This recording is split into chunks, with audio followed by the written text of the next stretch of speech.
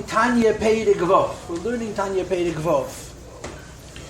Chapter 6, and we're near the end of the Perek. Amalek is the idea that Amalek cannot stand the Eibishter. But they share this characteristic that they don't make pretenses. They don't come along and tell you an explanation for why they're not happy with you, why they don't like you, why they want to punish you, why they want to boycott you. They tell you straight, I hate you. Mash'enk and all the other klippes, they have a pretense, a story, an excuse. Yeah. So when a klippa has an Amalek inside, and on the surface of the klippa there is a midah, the Amalek has to be destroyed, the midah can be transformed. Midian and Amalek you have to eradicate, because you can't be mavader something that doesn't have anything to be mavader. It's pure hate, it's pure intolerance, right? So there's madregas and klippa. There's madregas and klippa. The Torah says you should know the pnimis of every klippa is the same, but there's still madregas and klippa, and that's what we've been learning. Last week we started to do this. 2 weeks ago we started learning about madregas and klippa, higher klippas and lower klippas. I already mentioned to you that klippas tmeis, lagamri, klippa, which is so tame, that it's not fixable, is only in this world. In the ruchniistic world, till atzilas, till bris, there's noiga. There's a klippa called noiga. The klippa called noiga never means you deny Hashem. But you propose, you suggest, you approach. There's room for me too. You understand? It's not just the Eibishter. There's the Eibishter and there's also me. So when you learn the Maimari Chasidis, when you learn about the Klippas and the Ruchniistic worlds, the Klippas and the Ruchniistic worlds are simply asserting that they're also a Metzias. Of course, everybody believes in Hashem, everybody acknowledges Hashem, everybody knows Hashem, but the way they know Hashem, the way they serve Hashem involves very, very much that they're also a shtickle of Metzias. That's how the other Klippas are. Yeah, in this world you have Klippas Tmeis Lagamni. A klippa that denies the Eibishter completely, and not only does it deny the Eibishter completely, it's opposing the Eibishter. Now, to deny the Eibishter completely is not as a pashut, even for klippa. To oppose the Eibishter completely is not as a pashut. But they manage, whatever the philosophy and the scholarship is, that's what klippas tmeis are. The reality is that they exist in such a way that they're completely separate from HaKadosh Baruch Hu. They're against the Eibishter. And that's why it's much, much more difficult to elevate them. Then you have finer klippas, which are much more easy to elevate. Now, we're going to start to learn on top of page Yudal, top of page 21, first line. And understand that we're learning as we go forward is klippas in this world. We're not learning anymore about klippas in the higher worlds, for better or for worse, or for more or for less. We did this in the previous week. Today we're learning about klippas as they are in this world. And now the Rebbe says this, like I told you, there's many levels of klippa. There's a klippa which is more aware of Hashem and less aware of itself. A klippa which is less aware of Hashem but more aware of itself. Every klippa has one characteristic. It's not just the Eibishter, there's space for me too. That's the definition of a klippa. But now we're going to be learning about klippas ne'elam hazeh. And the Rebbe starts from the bottom, from the lower madrega, and he works his way up. Let's read it inside. Elo, Narva Jeden, Shah Klipes, Hey Nechlokes, Lishtei Madrigas. Klippa is divided into two sections. Zu Lamata Mizu, one lower than the next. Hamadrega Tachtena, the lower step of Klippa. Hishol, Lish Klippas Atmeis, Verois Lagami. It's the three Klippas that are Tamei, that are unclean, and that are evil completely. Ve'ein Bahem Tev Klau. They have no good whatsoever. And I believe that last week I talked about this, and I told you that you can't have a klippa that has no good. If it has no good, it would have no metzias. And in Chassidus, there is such a concept of a klippa that has no metzias. That's called the nisoyan. Again, I talked about this last week at length, if I remember correctly. That a test, when a person overcomes a test, they don't elevate anything in the world. They show that the test wasn't real, it wasn't there. They elevate only themselves.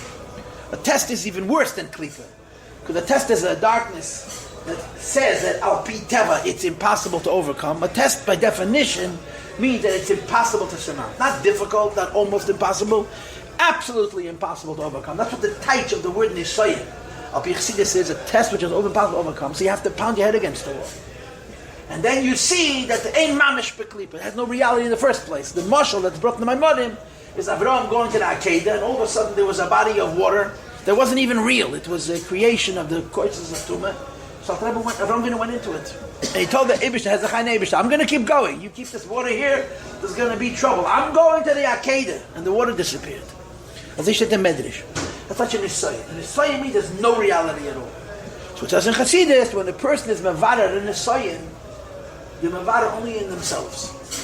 Because the Nisayin has no Metzias. The Nisayin disappears. You see that it was nothing. Of course it's weird, because on the one hand, the Nisayin has no reality. And on the other hand, the Nisayin is something which is absolutely impossible. It's impossible to overcome. Which means it's incredibly real. And Yid has to do what you have to do when you have Nisayin, and then the Eibishter helps that you see that the Nisayin is nothing. It's not so simple.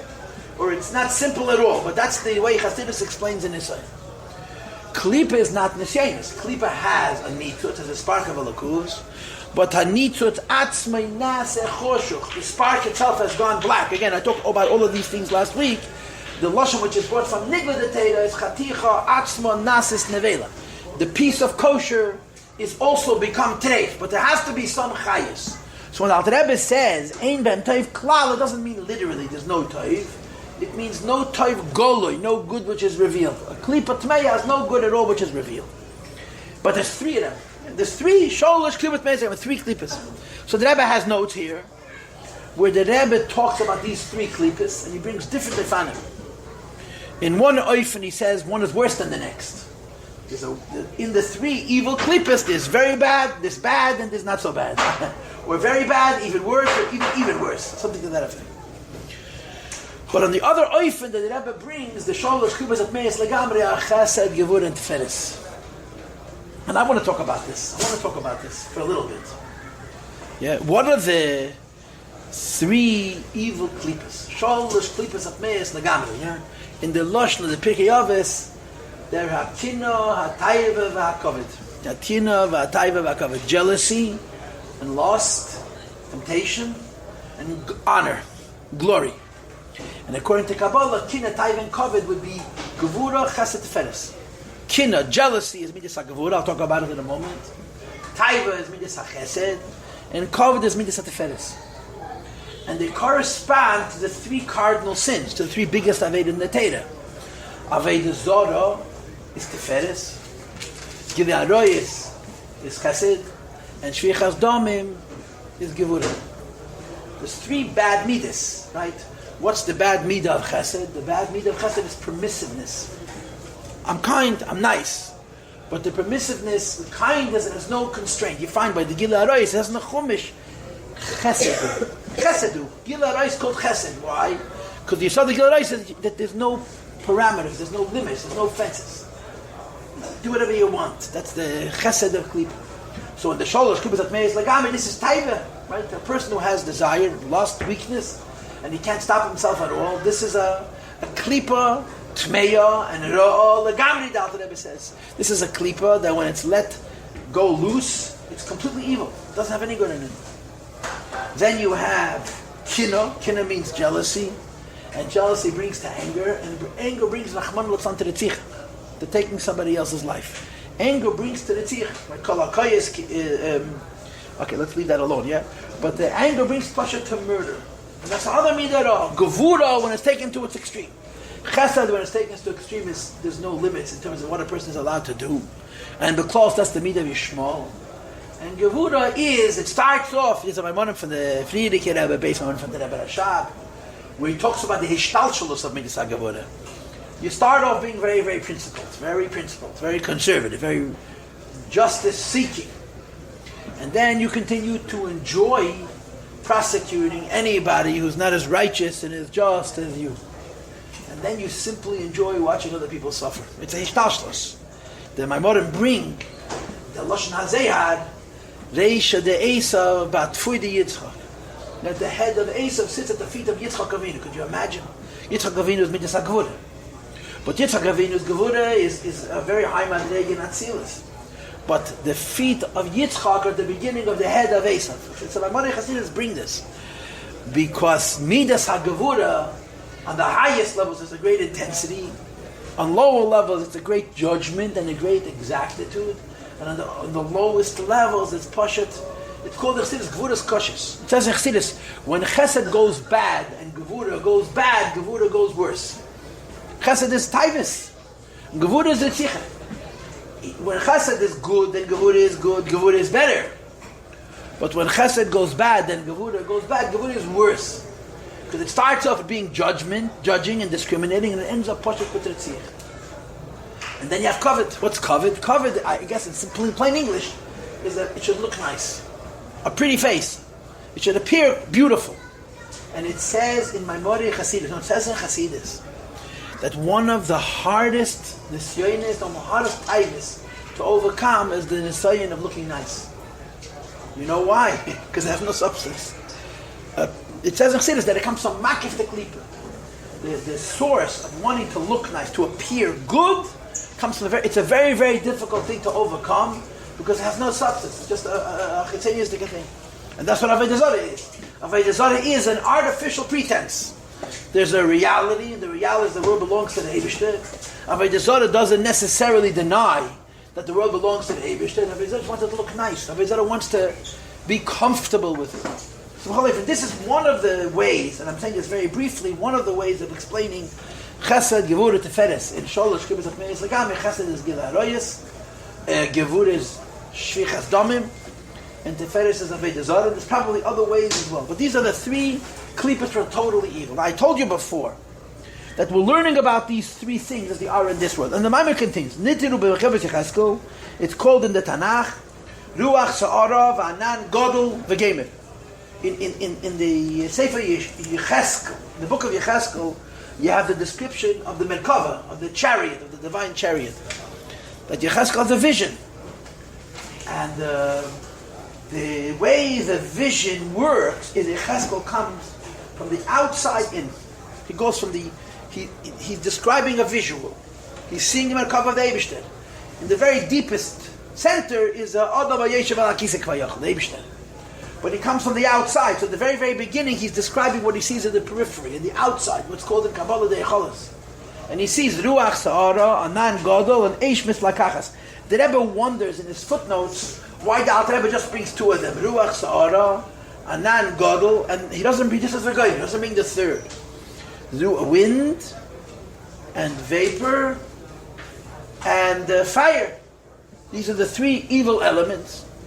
And the Rebbe says, Umehen, and from these three evil elements, as they exist in the Merkava V'Cheskel, which is Ne'elam HaYetzira, Nishpois V'Nimshoches. It flows down and it brings down klipas in this world, which includes Nefasheth Kol Umes Ha'olam, the souls of non-Jews. And I just want to mention here, I had a recent opportunity to reach out to a woman. She reached out to me and I asked her about it. She didn't give me too much new information. There's a woman, I told this to you before, her name is Mrs. Frischman. She used to live in Worcester. You probably remember her from Worcester. Now she lives in Colorado. Anyway, she has a wonderful story with that happened. That's really worth telling. She tells the story of the Living Torah, beautiful. But it's in the book, My Story. But over there, it doesn't have the same deliciousness when you hear her telling the story.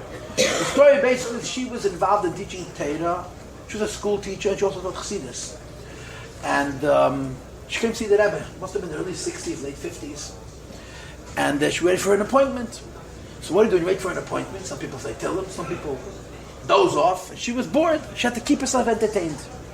So as she's sitting there, she was thinking to herself that if I could ask the Rebbe any question, what would it be? So Pashat, to pass the time, she jotted down 5 questions. Then came her turn. She puts that paper in her pocket. She goes into the Rebbe with the note that she had prepared before for Yechidus. The Rebbe reads her note. The Rebbe answers all of her questions. And she gets to the bracha. And then she got away out. Mitamol, get the Rebbe azog. The Rebbe says to her out of the blue, maybe you have more questions, maybe some more questions. Anyway, I don't know if she handed the Rebbe the paper or she told the Rebbe the questions, but the Rebbe answered all 5 of them. And she repeats, I think, 4 of the 5. The 5th one she doesn't want to repeat because apparently it was more personal. But one of the questions is, how could you say they're all goyim aklipa? The Rebbe says that it doesn't apply to Chassidiyum Azayla. That when it says that goyim come from klipas mei zerois, legamri, it does not apply to Chassidiyum Azayla. Chassidiyum Azayla are on a level higher. And I just want you to know, and I told this to you many times, I come in the Makoch, maybe Shaynis or Mishunis, that in Tofshin and Beis, which is now how many years ago? 27 years ago. Pashas Mishpatim, which was the same trees as it was this year, Shabbos Baruch Hamad Rishon. When the Rebbe spoke then about the United Nations, it's 27 years ago. It's a very long time ago. So I remember the Fabrengen. I was there. I remember the Fabrengen. I can't say I remember the Fabrengen well, but I remember the Fabrengen. The whole Fabrengen was about the United Nations.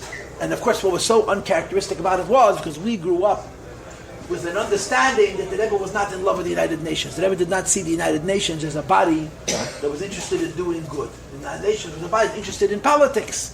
And of course, in a political body, there's no way for Etzisol to get a fair shake. Why? Because it's kifsa achas be'shivim ze'evim v'himish tames. It doesn't make sense. Nobody is going to side with the Jewish people. The fact that you didn't have a couple of friends, lahagul, is a nest she'en komeim. So they met Yemel to New York. Remember that? They met in New York. The Rebbe spoke about Yeltsin and Bush. And they talked about disarmament.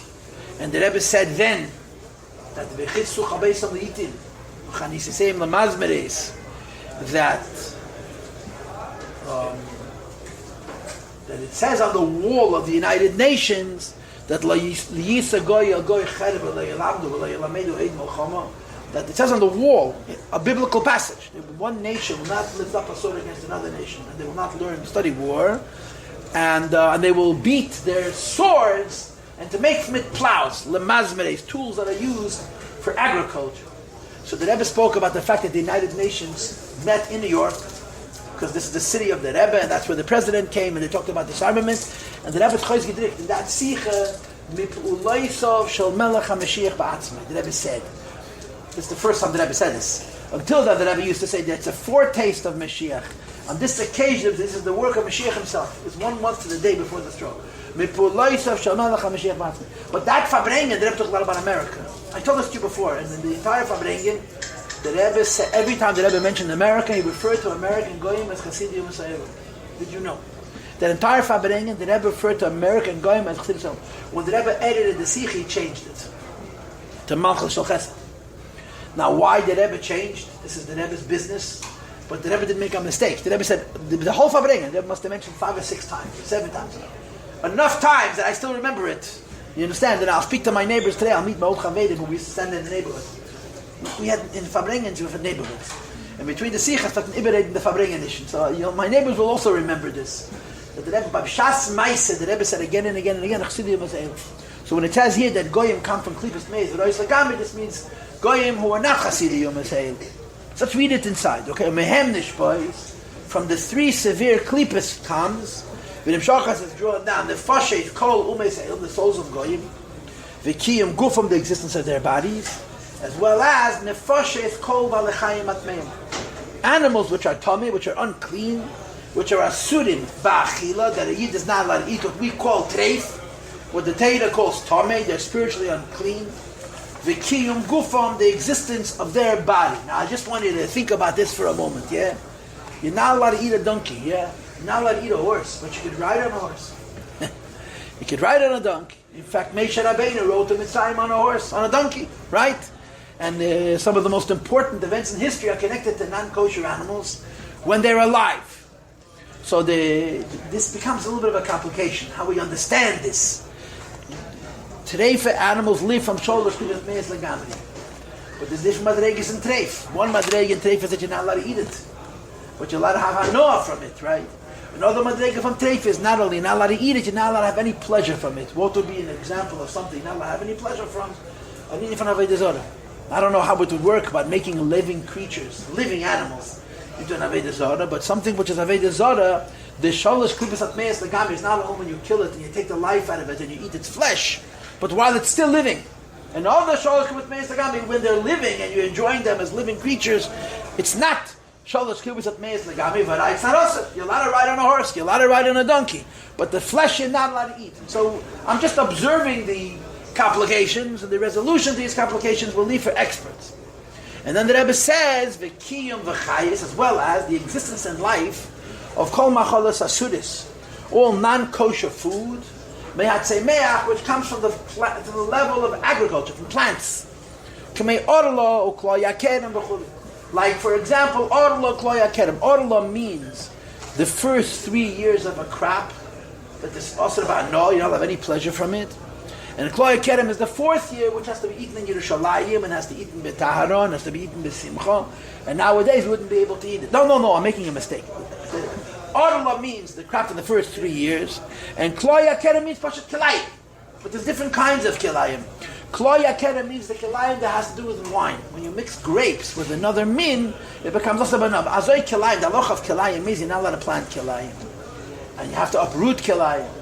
But once it grows, you're allowed to eat it. It's not treif. Kloya Kerem is also. It's also osir bahano. So the Rebbe brings these two examples of orla Kloya Kerem. And of course, what's the chiddush about this?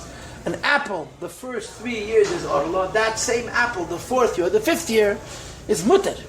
So it's not a different species, it's not a different type. Yeah, it's the same exact fruit. That in years 1, 2, and 3 it's treif, and the Alter Rebbe says it gets life from Shol L'Kubas Meis Lagamri.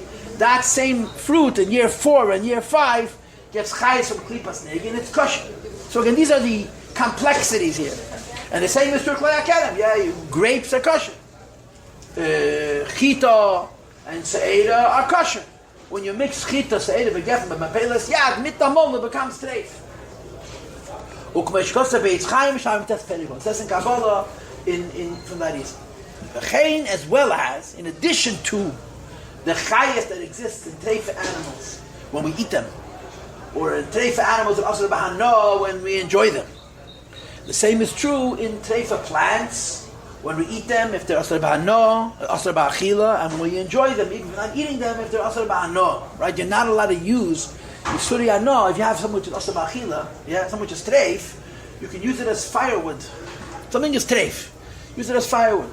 But when something is Asa Ba'ano, you're not allowed to eat it, you're not allowed to use it as firewood, right? If you have chametz on Pesach, and you burn it in your oven on Pesach, you're not allowed to cook with the heat from that fire, because you're not allowed to enjoy, besides for the reach and the zeya and the tam, you're not allowed to enjoy Yisuri Ano. Okay, so there's different degrees of Isid, and this is gets chayes from sholosh kibbutzat meyes lagamri. Okay, so of course the point is, everything that exists in this world has a neshama, and the neshama for things which are asr for a yid is from sholosh kibbutzat meyes lagamri. And then Alter Rebbe finishes v'chein. In addition, there is kiyum v'chayes, the existence and the life of kol hamaisa dibur machshava. When a yid does an act, or a yid speaks words, or a yid thinks a thought, shall kol shasa leita sevanefeim, of any one of the 365 negative commandments or their branches, which of course Hashem say pedikei. When the yid does an aveda, the yid is getting chayes from sholosh kibbutzat meyes lagamri, and the physical thing with which he's doing the aveda gets chayes from sholosh kibbutzat meyes lagamri. This is the lower madrega of klipa. You'll see in the next pedik, in pedik Zayin, that this lower madrega of klipa is called osur. Osur means it's tied down. The concept of being tied down is that it's not redeemable. It's not redeemable. Fix it. Can't fix it. Asr means it's knotted down, tied down. When a person eats not kosher food, it ties him down as well. When a person doesn't eat an aveda, it ties him down as well. You'll see soon that there's a lesser klipa, which is called noiga, which goes on most things in this world, which is called mutter. Mutter doesn't mean it's a mitzvah. Mutter means it's untied. So even if you use it and you use it inappropriately, it's much easier, correct, because it's not tied down. Okay? Let's not waste any time. Let's start the next Pedic. Pedic Zayin. Let's start right away. Okay? Pedic Zayin. The soul of life, which is the animal soul in most Jews. That's how I'm reading it.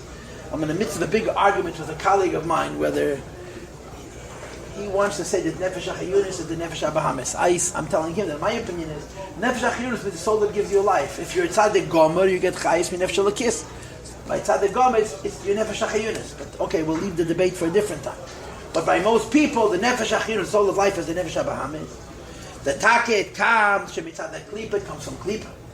Hamalabesh is Adam, and it's in the blood of the person. Kaniskal is discussed earlier means in Pedic Aleph. Chapter 1, the Alter Rebbe said, Nefesh Abasa Badam Hi, Hadamu Nefesh. Unefashes, as well as the life of behemoths, v'chayes, v'efes, v'dogim. Domestic animals and wild animals and birds and fish that are tahayim, that are pure. Umutorim ba'achila, what is allowed to eat? That because they are mutter to eat, they get chayes taka from klipa. They're not bottled to Hashem, they're klipa. But there are klipa, which is called mutter. So it's klipas noiga. Noiga means it has light inside. As well as the kiyum v'chayis kol adayim, the existence and life of all minerals. The Alter Rebbe's posit is that there's no such thing as a mineral which is sholosh klipas at meizagame. In the previous Pedic, when he gave examples of the three severe klipas, he gave three examples: goyim, teifa animals, and teifa plants. He didn't mention daimim. In this Pedic, we're talking about klipas neiga. He mentions daimim. Sure, you could think of an example of a daimim which is treif. You know which example of daimim is treif? Poison. Something which can hurt you. Poison, because something which is dangerous for a person is asur. It's asur. It's more asur, something which is not dangerous for a person, but asur. But the Alter Rebbe doesn't bring it, and I'm sure there's a reason. He says, "V'kiyim b'chayis kol adayim." All minerals, all lifeless things of this earth, there's no such thing as a daimim, which is sholosh klipas at meis lagami. It's only klipas nega. I just want to tell you, and I talked about this in Pedic Aleph, what is the translation of the word daimim?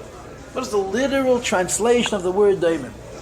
So there's a story with the Rebbe that Rabbi Dr. Nissen Mendel was metargim the Tanya, I suppose, and he translated the word daimim as inanimate, and the Rebbe crossed it out, and he said you cannot call it inanimate because the Eibush is animating it b'chol rega v'rega. The Eibush is making it exist b'chol rega v'rega.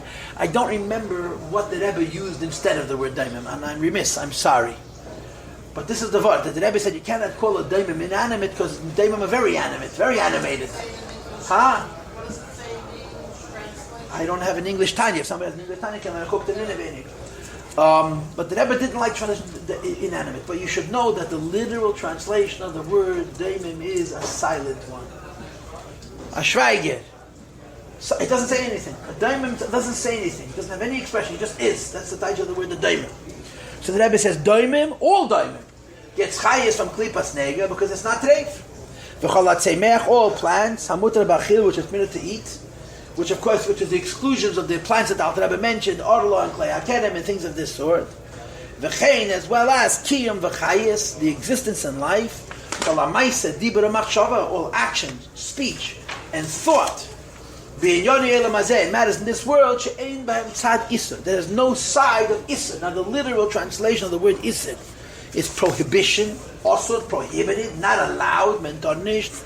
But contextually, you'll see soon, isser means shackled, tied down, entrapped, stuck. And kosher things are not also. Neither a root nor a branch, mishasam mitzvahs, laces from any of the 365 negative commandments, van feim and their branches, deiraisa derabban. Whether it's a deiraisa or derabban. Now you have to see here, you have a very interesting controversy, and the Rebbe talks about this, and it's very difficult to know what the full resolution to this question is. The Chachamim came along, and they made a gezerah about something which is kosher, that he shouldn't eat it.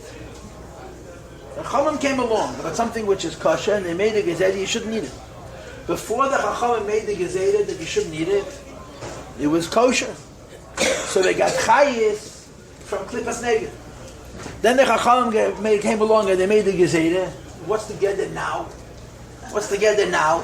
Is the food still klipas nega, but the Chachamim said, now let eat it and become shorish klipas nega. So Alter Rebbe said, befeidish, u'derabbanan, right? That something which the Chachamim aser is also aser from shorish klipas nega. They should know in Nigla the Teire, in Yeshivish and Lomdus, when they talk about the difference between the Raisa and the Rabbanan, they explain it exactly this way. That something which also the Raisa, the Isser is in the thing, the Chefzi. Something which also with the Rabbanan, the Isser is only on the Gavre. The thing is still kosher, you're not allowed to eat it. That's how the Balei Nigla separate the Raisa from the Rabbanan. Something which is also with the Raisa, the food is treif. Something which also with the Rabbanan, the food is not treif, you're not allowed to eat it. But the Alter Rebbe and Tanya apparently holds, and Mistam is Mokim Kisya Rizal, that when the Chachamim make a gezerah, they make something which is kosher treif, the chayes of that entity, the koyach of the Chachamim, the koyach of the Torah is that was a minute before a kosher is not there. And you can give simple examples for this. Yeah, you shech the chicken. Before you shechted the chicken was a kosher bird. And then you shech the chicken, you made a mistake in the shechita, and you made the chicken treif, so it was kosher before, it became treif after. The same bird, yeah? Before it had life from klipas nega, And now that it was shechted in a proper way, I want to tell you something. I told this already. Last Shabbos, I was in Philadelphia. So he told me that he learned by my Zayda, by Elta Zayda, my father's grandfather was Rabbi Sol Nevler. And they were little kids. I mean, little kids. From what I'm surmising, he was born in 37, and they left Russia in 46. So they left when he was 9. So the whole team were together when he was 6 or 7 or 8, and they were learning Gemara with Rishonim. I don't know how they did. Huh? He couldn't. He told me he learned by him Maram Shif. You know Maram Shif? And Maram Shif is Greek. He left Russia. He was only 9. Whatever it was, he was in his class, and he told me who were his chavedim. So he said, I was a little kid. Shalom was a tzir. There was a lot to see. His davening was a sfayed. I mean, whatever. He talked to me about my father's grandfather. So one of the things he told me was that he was a shaykhet and he shechted. Nobody had any chicken, so a chicken was a yakara metzias. So when somebody came to shecht the chicken, him was a whole shem yichud. Every time he shechted a bird, it wasn't like today that they do. You know, the good shachtim can do 800 an hour. You know what that means? 800 birds an hour. It's more than one every 10 seconds. And 1,200 an hour. They do it so quickly.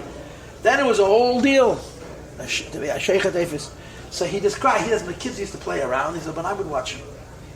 So he told me that once he shechted a bird, and after he shechita, he wasn't sure if he cut the throat enough. You have to cut most, not half.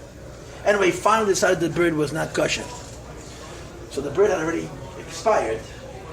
He threw the bird on the floor, and he stepped on it, and he said, treif v'chazer. Treif v'chazer. It's treif like chazer. So he says, a little child, he was very moved by the emotion, by how much his rakshas he put into saying treif v'chazer. And he understood, as a little boy, everybody knows chazer is treif, chicken is kosher.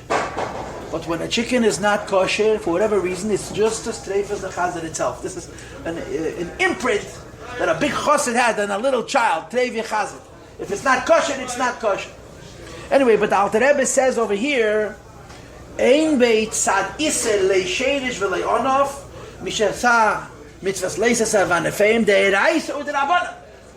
Even if something is only awesome in the Rabbanan, the Alter Rebbe says it's in more than one place in Tanya, and again, it's a whole discussion how to understand exactly the criteria, the rules of this. But the underlying point is, when something is today awesome, it's from Sholosh Klippas Atmeis Legamri, and if it's not from Sholosh Klippas Atmeis Legamri, it's Klippas Negel. Let's keep reading. Raket is only she'enam l'shem shamayim, that the person, the yid, is partaking of them not for the sake of heaven, kedei lavad Hashem begufei, to serve Hashem with his body.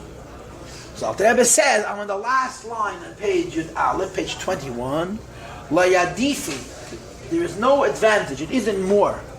Ma'aseh dibur or machshaves elu, the actions that person does, and the words that person speaks, and the thought that person thinks, mi nefesh hachayunis, turn to page 22 now. From nefesh hachayunis, bahamis, the soul that gives life, that by yabenyani, this is the bahamis, ba'atzma itself.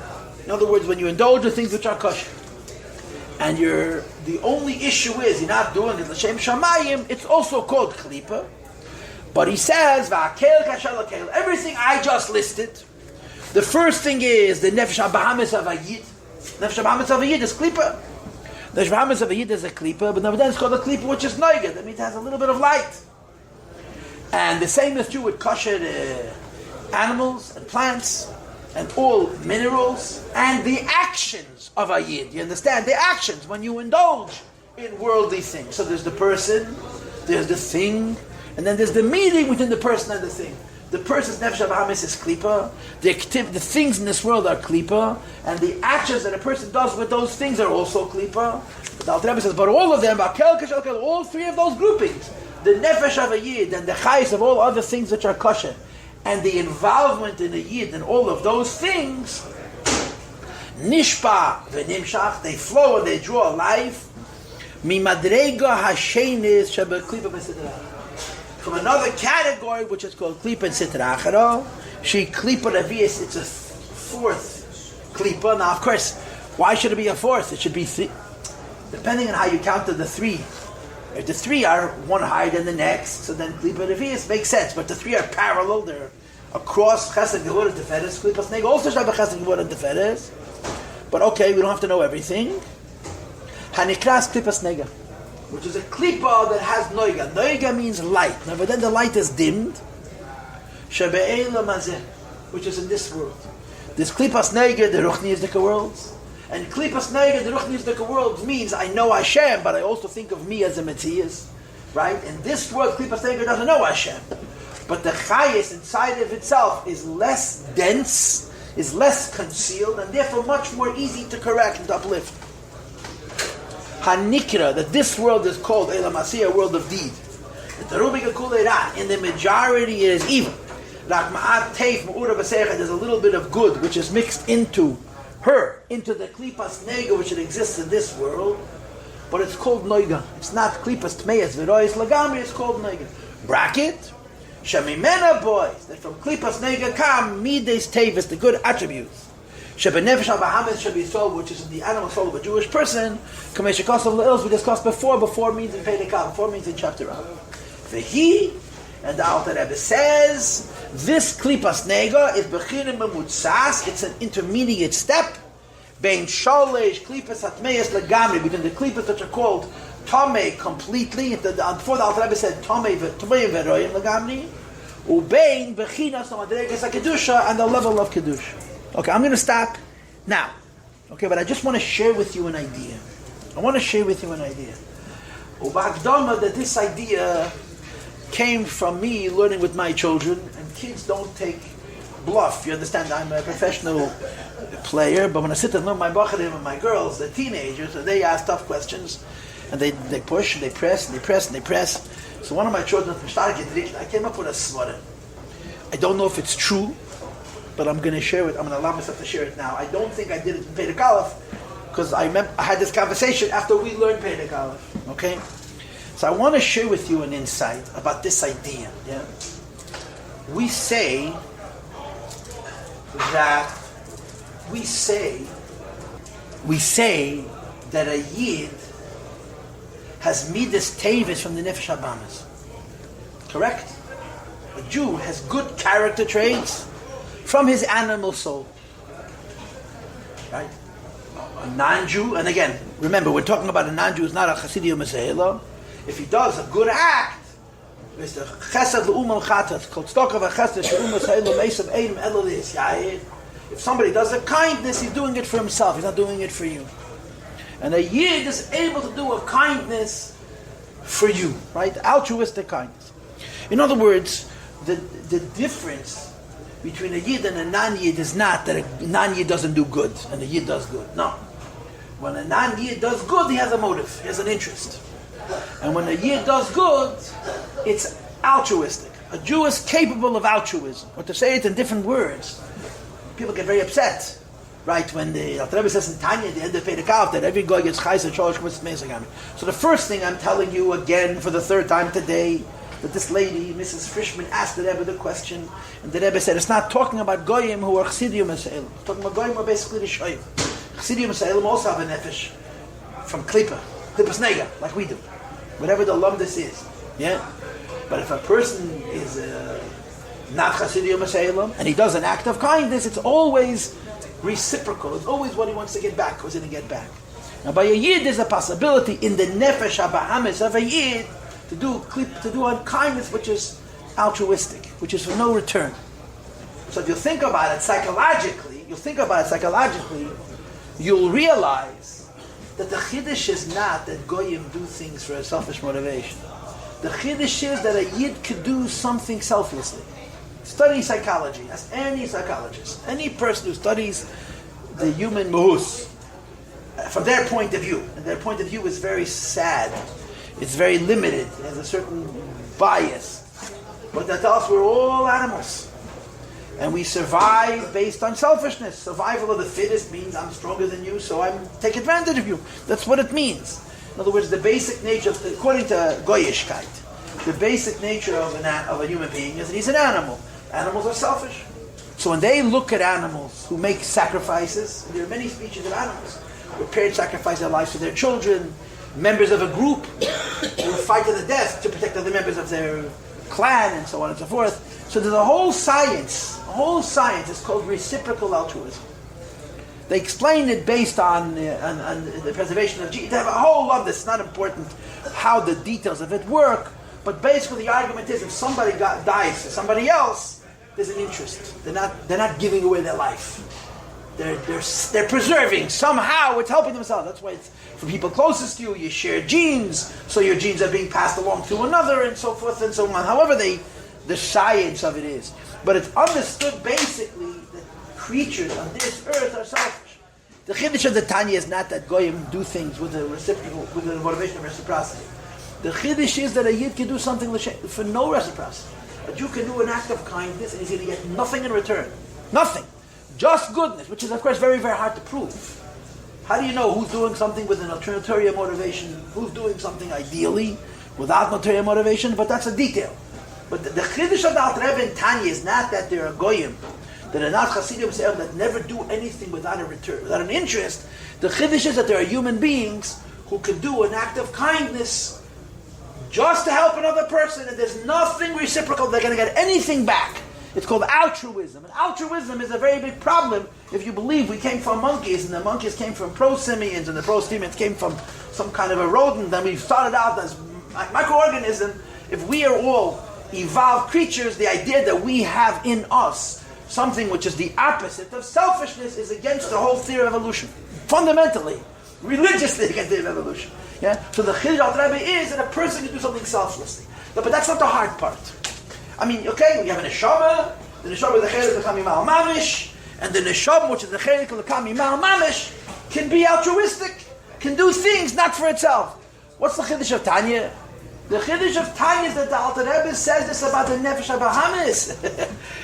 The animal soul of a Jew. The animal soul. He's an animal. He's selfish. The fundamental definition of an animal is thinking about itself. And the Alter Rebbe says, Mides tevis shebeteva koizol b'teideisum exists in the nefesh habahamis. Right? And again, according to what the Rebbe said, this is true of Goyim, Chasidi Umas Ha'elam. They have the capacity for altruistic kindness, not in their godly soul, not in their divine soul, not in their bittul soul, in their yeshes soul. It's a kasha. You understand how this was the discussion that we were having. If you are klipa, and klipa means the center of self is me, not the Eibishter. Even if it's a klipa called nega. Well, klipa means what? The klipa means that the center of my world is not my source, the center of my world is me. So how could there be altruism? This was the discussion we were having. Anyway, so I'll share with you a thought that I had. And again, this is just me speaking now, which means don't take it that seriously. You're welcome to disagree. I just want to share an insight with you. It says in Kabbalah, and it's brought in Hasidus, that when a person does a good thing, or doesn't do a bad thing, a person does a mitzvah, or doesn't do an aveda, but they're not doing it l'shem shamayim. They're doing it for some external reason. For example, somebody is going to catch them. They're about to do an aveda, somebody walks in, so they don't do the aveda. They were safe from doing an aveda. No, so they're a tzaddik. Some old zindikim, but they need to late. Yeah? A person doesn't want to do a mitzvah. And then somebody walks into the room, and you see they're being watched, so you become a tzaddik, you do the mitzvah. I mean, we understand exactly how that looks, and how that feels, and how that's experienced. Right? We don't have to be maidach in this. But so the discussion in Kabbalah and Chassidus, when a person does a mitzvah or doesn't do an aveda, and the only reason is an ulterior motivation, another person or something external which motivates them to do this mitzvah, or motivates them not to do this aveda. So it says in Chassidus that this comes from Klippas Nega. It doesn't come from Kedusha, it comes from Klippas Nega. But they make the following discernment. What's the discernment? Klipas Nega has Toiv Sheva Noiga and Ra Sheva Noiga. In this middle Klipa, which is called Noiga, what does Noiga mean? A dim light. There is a sense of the Eibishter, but there's not a total sense of the Eibishter. There's a sense of the Eibishter, and there's still a sense of me. Hashem exists, and I exist. That's what Klipas Noiga means. So it says in the Maimonim, and again, I'm assuming it's coming from Kabbalah Svarim. I didn't see it in Kabbalah, I never learned Kabbalah. It says in Chassidus, and I'm assuming because there's something called the good of Noiga and the bad of Noiga. So it says in the Maimonim as follows. When you do a mitzvah, shalei l'shem shamayim, when you do a good thing, but you're doing it because there's an extraneous reason. Someone walked in on you, or you're going to get a lot of covet. You're doing it not for the Eibishter, you're doing it for the It's called Rasha B'negel.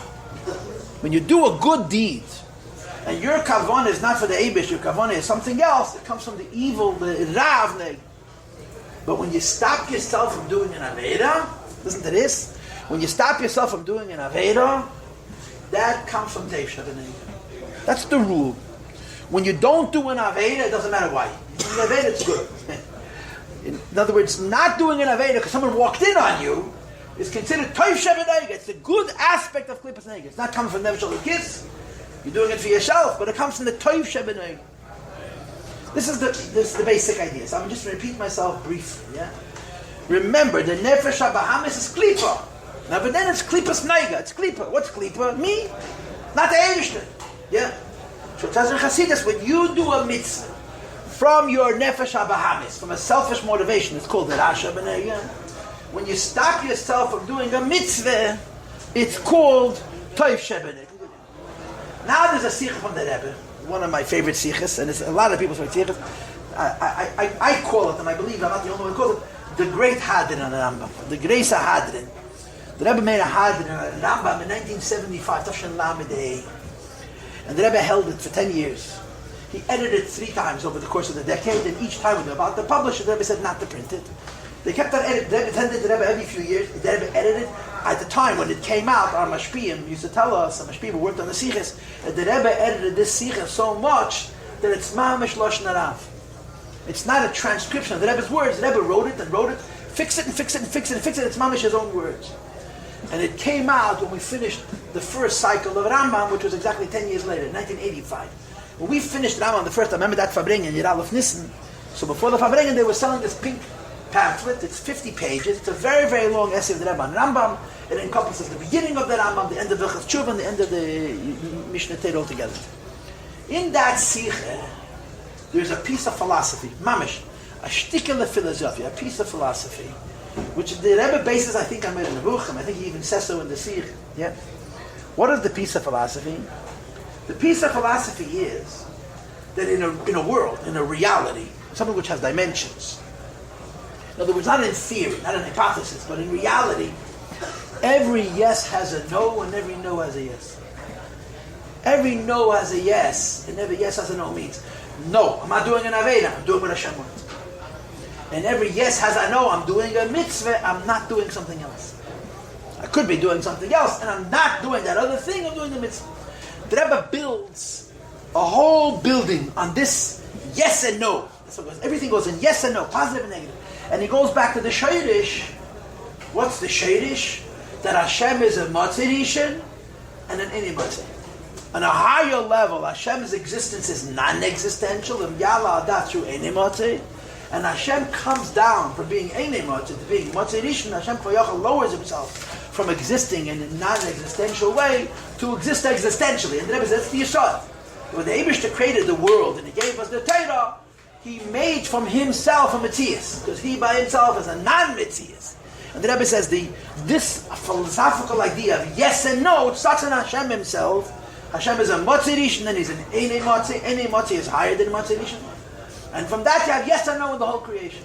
So the Rebbe says, anytime you do anything, there's a yes and a no. Anytime you don't do something, there's a no and a yes. When you do something, the yes is what I'm doing. The no is I didn't do anything else. And when I hold myself back from doing something, the no is what I didn't do. And the yes is the good direction, which is the alternative to what I would have done had I given it to my tendency. So I thought of a very simple thing. It says in Kabbalah, and it's brought in Chassidus, that the Nefesh HaBahamis of a Yid has good and bad. The Nefesh HaBahamis of a Yid has good and bad. What's the good? Not doing something wrong. What's the bad? Doing something right, selfishly. Right? You follow so far, yeah? But according to this idea that every yes has a no and every no has a yes, when you give tzedakah for COVID, there's 2 things that I'm doing here. I am giving kindness, and I'm not letting somebody suffer. You understand? So there's a no in the yes. The no in the yes is good. To say that I'm giving you kindness for a selfish, my interest is myself. I'm not thinking about you. I'm thinking about covet. I'm thinking about attention. I'm thinking about whatever my selfish interest. The yes aspect of it is not Amida Teva. But that I don't want you to suffer, this is good. You follow? And the same is true of Shemina. When a person's going to do an Aveda and they don't do the Aveda, there's two parts to that no. There's the no of that no, and then there's the yes of that no. The yes of that no is that I'm serving Hashem. That you can't say. But that I'm staying away from an Aveda, this you can say. And my children squeezed me and squeezed me and squeezed me, and I invented this pshat, and they didn't like it, so I'm telling it to you. This is he started to argue with me. I think this is a very interesting way of understanding it. The Alter Rebbe says in Tanya Pedikal, it's repeated here, Verik Zayin, that a Nefesh HaBahamis, understand, the Nefesh HaBahamis of a Yid is a selfish creature, is a behemoth. And he has Midas Tevis. What is the meaning of Midas Tevis? Midas Tevis doesn't mean he does good. And what are the Midas Tevis? Rachmanis and Gemilas Chasad. Compassion and kindness, right? He doesn't say Baishanis, because it says that Baishanis from Nefesh HaLekis, not from Nefesh HaBahamis. But Rachmanis, the Nefesh HaBahamis of a Yid sees somebody else suffer, it hurts him. Nefesh HaBahamis of a Yid sees somebody else who needs, gives him. It's coming from your behemoth. Your behemoth is a selfish creature. So what's the Midah Teva? If you do a kindness to somebody else, it's because it's serving you, it's not serving the other person.